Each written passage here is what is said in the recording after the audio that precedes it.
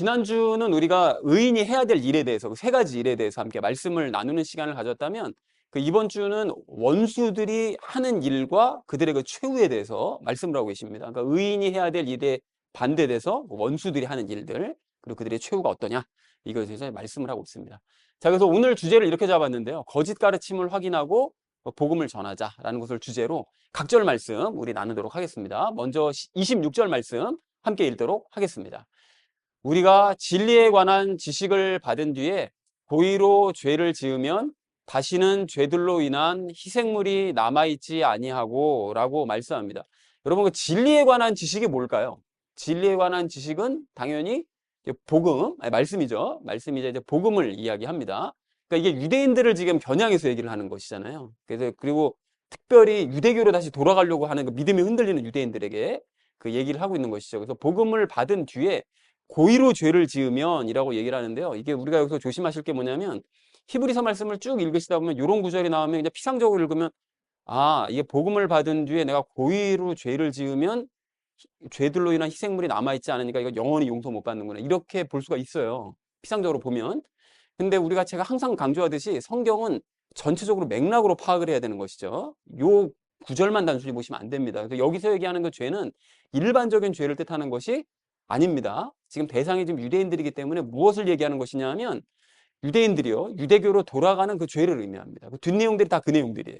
자, 그래서 이제 이게 무슨 내용인지 자세하게 좀 보시자면 복음을 받아들여서 개종을 했어요. 유대인들이. 그래서 기독교로 이제 개종을 했는데 거짓 가르침이에요. 유대교인들이 계속 유대인들이 거짓 가르침을 자꾸 이제 얘기를 하니까 그것에 귀가 혹해가지고 다시 그런 이유 때문에 돌아가 버린 사람들이요. 그래서 고의적으로 예수님을 무시하고 이제 믿음을 버리고 유대교로 돌아가 버리는 그 죄를 뜻합니다. 그러니까 다시 과거로 돌아가 버리는 그런 죄요. 이제 그렇게 되면 그 죄들로 인한 희생물이 남아있지 않다는 거예요.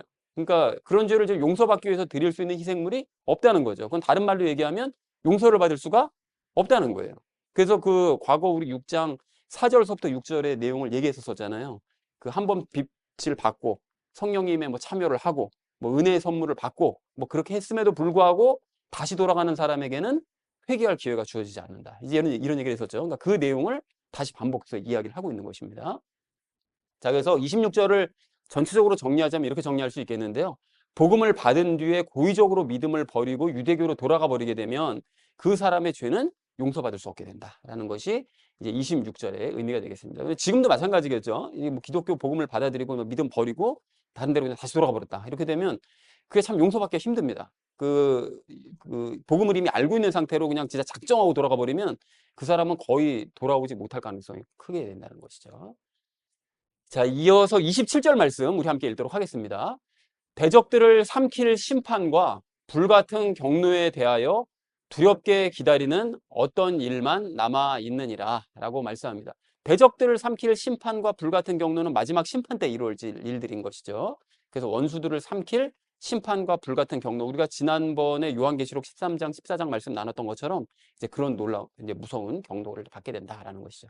두렵게 기다리는 어떤 일이요? 그러니까 그날을 두렵게 기다릴 일만 남게 된다. 그렇게 유대교로 그냥 그렇게 대책 없이 돌아가 버리면 이룰 일만 남게 된다는 것이죠. 자, 그래서 27절 이렇게 정리해 볼 수 있겠는데요. 앞에 26절 말씀이요. 이제 유대교로 다시 돌아가 버리게 되면 죄를 용서받지 못할 뿐만이 아니라 원수들을 삼킬 심판과 불같은 경노를 두려운 마음으로 기다려야 된다라는 것이 27절의 의미가 되겠습니다. 자, 이어진 28절 말씀 우리 함께 읽도록 하겠습니다. 모세의 율법을 멸시한 자도 두세 증인으로 인해 긍휼을 얻지 못하고 죽었거늘 이라고 말씀하죠.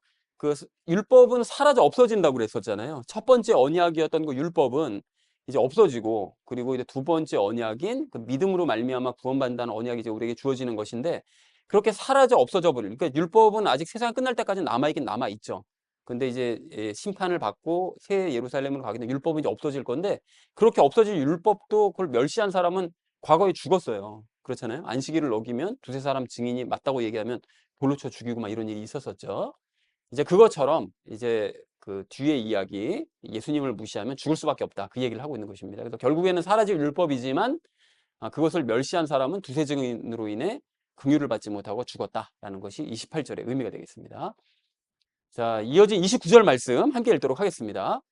하물며 하나님의 아들을 발로 밟고 자기를 거룩히 구별한 언약의 피를 거룩하지 아니한 것으로 여기며 은혜의 영께 무례히 행한 자가 당연히 받을 것으로 생각되는 형벌은 얼마나 더 극심하겠느냐.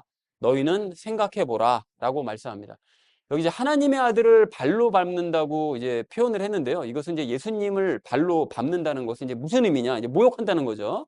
그러니까 유대교로 돌아간 그 유대인들이 예수님을 이제 구원자가 아니라고 부인하는 거예요. 이제 아니고 부인하면서 모욕하는 것을 뜻합니다. 지난 6장 6절에서 이거 설명을 했었는데 그 유대교로 돌아간 유대인들은 자기들이 이제 맞다는 거를 얘기를 할 수밖에 없잖아요. 그러니까 기독교로 갔다가 다시 돌아온 이유를 자기를 합리화하면서 얘기할 수밖에 없는데 가보니까 예수는 구원자가 아니더라고. 이제 이 얘기를 하는 거죠. 그래서 모욕을 하는 거죠. 그런 데서 예수님께서도 이제 그런 원수들을 발로 밟으십니다. 우리가 지난번에 왜 원수를 발로 밟으신다고 그러셨잖아요. 그들이 먼저 예수님을 발로 밟기 때문에 예수님도 마지막에는 원수들을 발로 밟으시는 것이죠. 자, 그래서 자기를 거룩히 구별한 언약의 피를 거룩하지 아니한 것으로 여긴다는 거예요. 그 돌아간 유대인들, 유대교로 돌아가 버린 그 유대인들은 자신의 영을 거룩히 구별하기 위해서 예수님께서 자기를 위해 피를 흘려주셨다는 이 사실을 이제 부인하는 거죠. 더 이상 믿지 않고 않을 뿐만이 아니라 아예 부인을 하면서 예수가 잘못을 범해서 죽었다라고 그렇게 생각을 하고 얘기를 한 것입니다. 그러니까 이 부분에 대해서는 제가 잠시 후에 다시 말씀을 드릴 건데, 이렇게 예수님을 모독을 했다. 예수님이 자기 죄 때문에 죽은 거다. 라고 이제 모독을 하는 이런 일을 했기 때문에 그들은 벌을 받을 수밖에 없다라고 얘기를 하고 있습니다. 자, 그리고 29절 하반절 말씀을 이제 보시면 은혜의 영이라고 얘기하는데 은혜의 영이 누굴까요? 당연히 성령님이시겠죠. 그럼 왜 은혜의 영이라고 얘기를 했느냐? 성령님이 은혜는 여러분 잘 아시는 것처럼 선물이죠. 그러니까 선물을 주시는 영이라는 거예요. 선물을 주시는 성령님. 근데 그 선물이 뭐냐면 예수님이 선물이죠. 그러니까 예수님과의 그 연합이라는 선물을 주시는 성령님을 그냥 은혜의 영이라는 짧은 말로 이렇게 축약해서 얘기를 한 것입니다. 그래서 예수님과의 연합이라는 그 선물을 우리 성령님께서 주시는데, 그런데 그것을 은혜의 영께 무례히 행한 자, 그 성령님께 무례히 행했다는 것은 그러니까 요 말씀을 근거로 생각을 해보면 성령님께서 행하시는 일을 부인하는 거죠. 그러니까 예수님과 우리를 성령님께서 연합해 주신다라는, 성령님께서 그 일을 해주신다라는 것을 부인한다는 거예요. 그런 일은 있을 수 없다라고 유대인들이 그렇게 생각한다는 거죠. 하나님과 우리가 연합한다는 것은 말이 안 된다라고 이들이 이제 무시를 한다는 것이죠. 자, 그래서 그렇게 생각하는 사람들은, 그렇게 돌아가서 그렇게 잘못된 거를 전파하는 그런 유대인들은 당연히 형벌을 받죠. 그래서 사라져버릴 율법을 어겨도 죽음을 면치 못하는 그런 벌을 받았다면 예수님과 성령님을 모욕한 사람은 얼마나 더 극심한 형벌을 받겠느냐, 받을 수밖에 없다라고 바울이 얘기를 하고 있습니다. 자, 그래서 29절을 이렇게 정리할 수 있겠는데요. 예수님을 모욕하고 예수님의 피를 부인하면서 성령님께서 행하신 일을 부인하는 자가 당연히 받을 형벌은 얼마나 더 극심한 것일지 너희는 한번 생각해봐라. 그러니까 너희는 돌아가면 안 된다. 이걸 지금 얘기하고 있는 거죠. 남아있는 유대인들에게. 자, 이어진 30절 말씀 우리 함께 읽도록 하겠습니다. 원수 갚는 일은 내게 속하였으니 내가 갚아주리라 주가 말하노라 하시고, 또 다시 주가 자신의 백성을 심판하리라 하고 말씀하신 분을 우리가 아노니 라고 말씀합니다. 이게 신명기서 32장 35, 36절 말씀을 인용한 것인데요.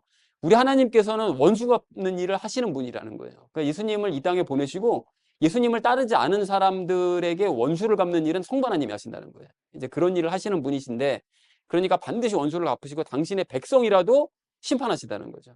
이스라엘 백성이라도, 당신의 백성, 선택한 백성이라도 심판하시는 분이시다라고 이제 얘기를 하고 있습니다.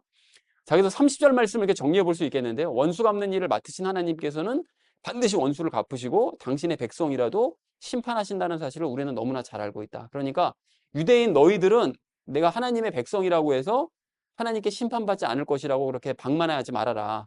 하나님께서는 심판하시는 분이라고 신명기에서 분명히 말씀하셨다. 그러니까 너희는 그렇게 거부하면 안 된다라는 걸 말씀하고 있는 거죠. 자, 마지막 31절 말씀 우리 함께 읽도록 하겠습니다. 살아계신 하나님의 손 안으로 떨어지는 것은 두려운 일이로다 라고 말씀합니다. 그러니까 살아계신 하나님의 손에 떨어져서 이제 심판을 받는다면 그것처럼 두려운 일은 없다는 거죠. 그러니까 너희가 한번 상상을 해보라는 거예요. 그게 어떻게 될 것인지. 너희 유대인들은 지금 이방인들을, 하나님께서 이방인들을 이렇게 심판하실 거라고 생각하고만 있지만, 그렇게 이방인들을 심판하실 하나님이 너희를 심판하신다고 생각해봐라. 그게 얼마나 무서운 일이겠냐라고 경고를 하는 것이죠. 31절 이렇게 정리할 수 있겠는데요. 살아계신 하나님의 손 안으로 떨어지는 것은 두려운 일이다 라고 얘기했다는 것이 31절의 의미가 되겠습니다. 자, 그래서 오늘 본문 말씀을 이렇게 정리를 해볼 수가 있겠는데요. 복음을 받은 뒤에 고의적으로 믿음을 버리고 유대교로 돌아가면 그 죄를 용서받을 수 없고 대적들을 삼킬 심판과 불같은 경로를 두려운 마음을 가지고 기다리고 있어야 된다. 그러니까 그 얼마나 힘든 일이겠냐. 자, 그래서 사라져버릴 모세의 율법을 어겨도 긍휼을 얻지 못하고 사람들이 죽었다면 그러면 예수님을 모욕하고 그분의 피를 부인하면서 성령님께서 행하신 일을 부인하는 그런 사람에 대해서는 얼마나 더 극심한 형벌을 받겠는지를 너희가 한번 생각을 해봐라.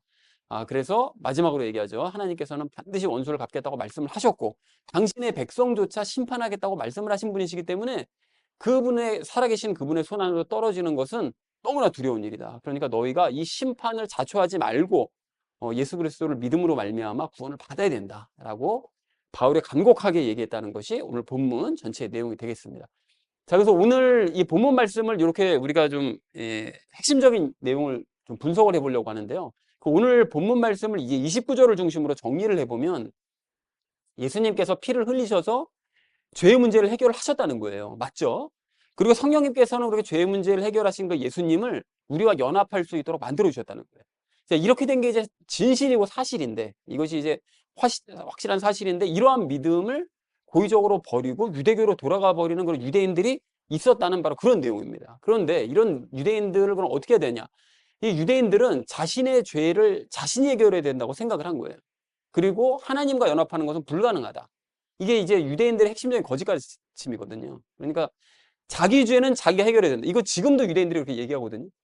그러니까 유대인들이 지금 길거리 가는 유대인들에게 신앙을 가지고 있는 유대인들에게 질문을 하면 예수가 당신을 위해서 죄를 대신해서 죽으셨다라고 얘기하면 그 말도 안 되는 그러니 자기 죄는 자기가 책임을 져야지 어떻게 남이 책임져 줄 수가 있냐. 그러니까 신약 성경 자체가 잘못된 거다 이게. 그러니까 이렇게 주장들을 하거든요. 그게 안 된다는 거예요. 말이 안 된다. 그리고 심지어 하나님과 연합하는 것은 아예 애초에 불가능하다. 어떻게 죄인인 우리가 그 거룩하신 분과 연합이 가능? 이건 말도 안 되는 얘기다. 이제 이게 유대교의 가르침인데 그걸 돌아가 버린 거죠. 유대인들이 기독교로 와서 얘기까지 다 듣고 복음을 듣고도 돌아가 버린 거예요.